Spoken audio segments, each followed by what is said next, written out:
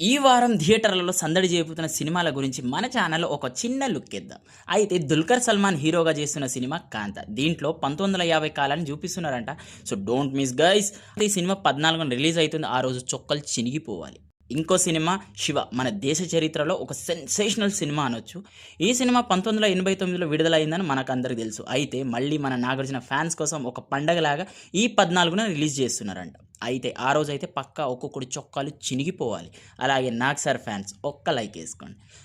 ఇంకో cinema crime thriller థీమ్‌తో 'సీమంతం' అనే సినిమా వస్తుందంట. ఇది కూడా 14నే రిలీజ్ అయితుంది.